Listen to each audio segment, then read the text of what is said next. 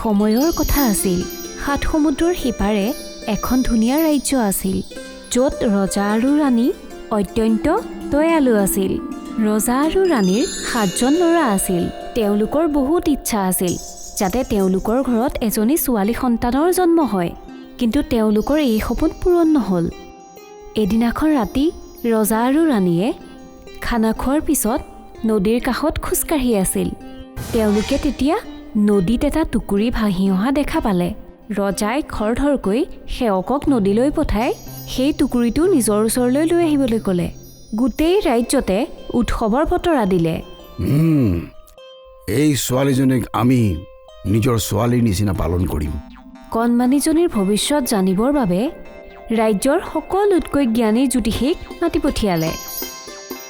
মহাৰাজ, বৰ দুখ মনে ক'ব বিচাৰিছো যে ছোৱালীজনীৰ খোজ আপোনাৰ পৰিয়ালৰ কাৰণে শুভ নহয়।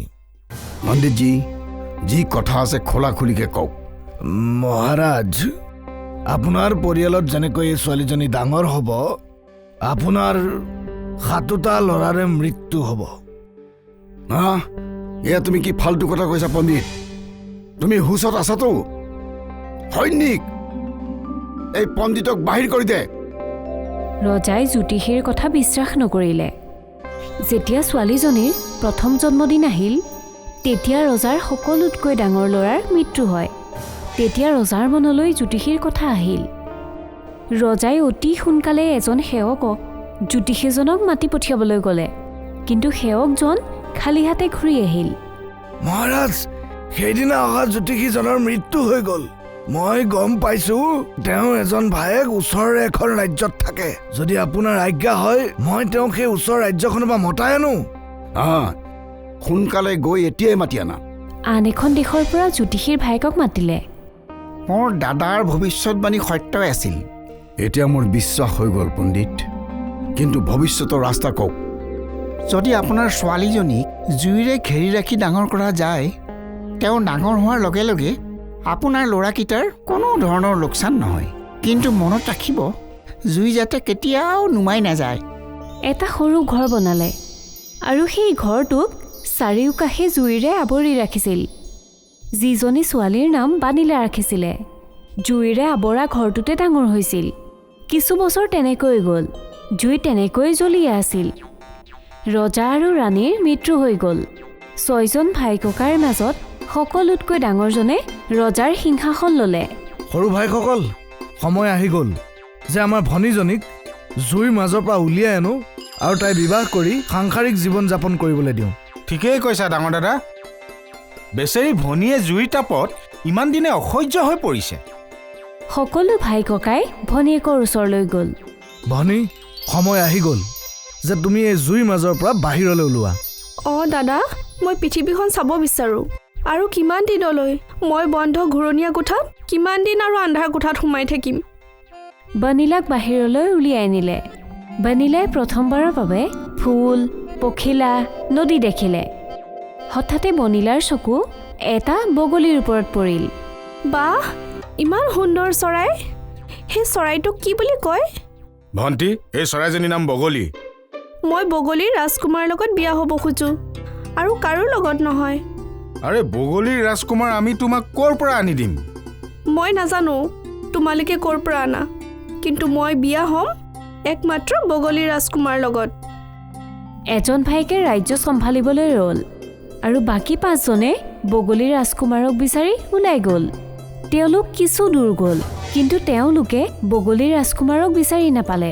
আৰে দাদা, আমাৰ খাদ্য সামগ্ৰীবোৰ শেষ হৈ গৈছে। যদি আমি সোনকালে ঘৰলৈ নুভতো, নাখাই ৰাস্তাতে মৰি যাম। আৰে নাই নাই নাই, আমি বগলীৰ ৰাজকুমাৰক নিবিচৰাকৈ যাব নোৱাৰোঁ। আৰু যদি আমি খালী হাতে যাওঁ, তেতিয়া আমাৰ ভনীজনীয়ে বৰ দুখ পাব। ভাই ককাই কেইজন খোজকাঢ়ি গৈয়ে থাকিল। জংঘলৰ মাজত তেওঁলোকে বুঢ়া সন্যাসী এজন পালে। আপুনি আমাক ক'ব পাৰিব নেকি যে বগলীৰ ৰাজকুমাৰ ক'ত থাকে? আৰে বোপা, ইয়াৰ পৰা দক্ষিণ দিশত 50 কোচ যোৱা, তাতেই বগলীৰ ৰাজ্য পাবা। 5জন ভাই ককায়ে দক্ষিণ দিশে আগবাঢ়িবলৈ ধৰিলে। তেওঁলোকে এনেকুৱা এখন ৰাজ্য পালে য'ত সকলো বগা আছিল। বগা ৰঙৰ ঘৰ, বগা ৰঙৰ মিঠাই, আৰু সকলো মানুহেও বগা কাপোৰ পিন্ধি আছিল। কথা সুধোতে জানিলে যে তাত বগলীৰ ৰাজকুমাৰে ৰাজ্য চলায়। পাঁচোজন ভাই ককাই ৰাজমহল পালে আৰু বগলীৰ ৰাজকুমাৰক সমস্যাৰ বিষয়ে ক'লে। আৰে ৰাজকুমাৰ মহাশয়, আপুনি আমাৰ ভনীজনীৰ লগত বিবাহ কৰি লওক, নহ'লে গোটেই জীৱন তাই কুঁৱাৰী হৈ থাকিব। মই তোমালোকৰ সমস্যাটো বুজিছোঁ, কিন্তু মই এগৰাকী মূৰ্খ ছোৱালীৰ সৈতে বিয়া হ'ব নোখোজোঁ। বগলী বুদ্ধিমান আৰু টেঙৰ চৰাই হয়, আৰু মই বগলীৰ ৰাজকুমাৰ। তোমালোকৰ ভণ্টিয়ে প্ৰমাণ কৰিব লাগিব যে তাই বুদ্ধিমতী, তেতিয়াহে তাই আৰু মোৰ বিয়াখন হ'বগৈ। আৰু নিশ্চিতভাৱে আমাৰ ভনী বুদ্ধিমান, আপুনি তাইক ইয়ালৈ মাতক, নিজে পৰীক্ষা কৰি চাওক। বগলীৰ ৰাজকুমাৰে ভাই ককাইকেইজনক ভালদৰে আদৰ সাদৰ কৰিলে। তেওঁলোকক থাকিবৰ বাবে এটা জিৰণি কোঠা দিলে। পাঁচোজন ভাই ককায়ে নিজৰ ভনীয়েকলৈ চিঠি লিখি বগলীৰ ৰাজকুমাৰৰ ওচৰলৈ মাতিলে।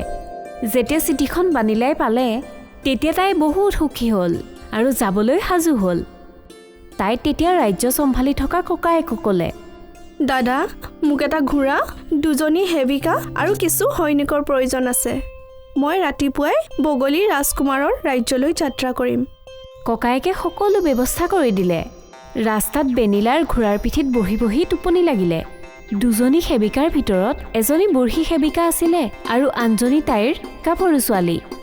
বুঢ়ী সেৱিকাজনীয়ে ভাবিলে, কিমান ভাল হ'ব যদি বনিলাৰ ঠাইত মোৰ ছোৱালীৰ বিয়া বগলীৰ ৰাজকুমাৰ লগত যদি হৈ যোৱা হয়।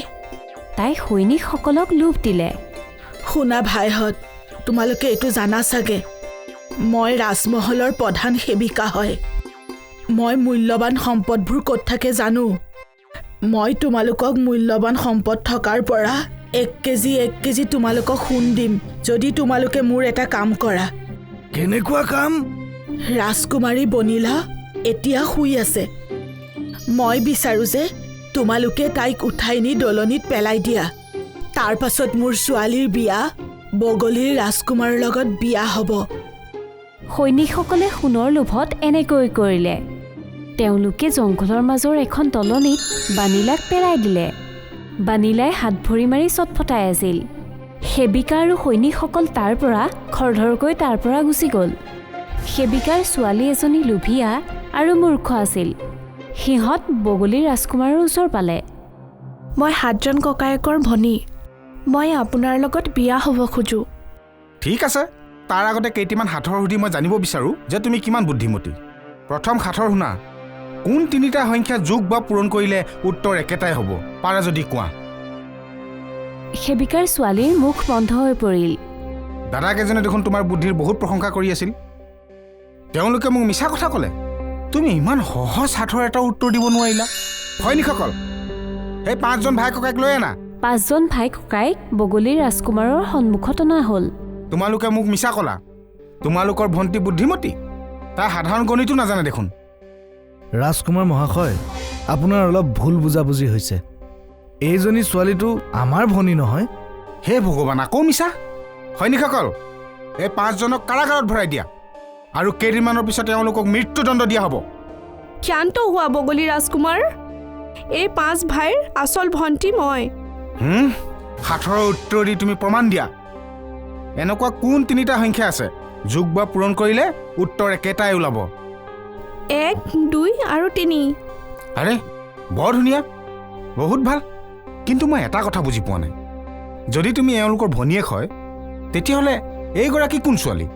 এইজনী মোৰ সেৱিকাৰ ছোৱালী। ৰাস্তাৰ মাজত এই মাক জীয়েকে মোক দলনিত পেলাই দিলে। মোক এজন খৰিকটীয়ে জীৱন বচালে আৰু মই এইখিনি পালোহি। বগলীৰ ৰাজকুমাৰে সেৱিকা আৰু সেৱিকাৰ জীয়েকক কাৰাগাৰত বন্দী কৰিলে। তাৰ পিছত বেনিলাৰ লগত ৰাজকুমাৰৰ ধুমধামেৰে বিবাহ সম্পন্ন হয়।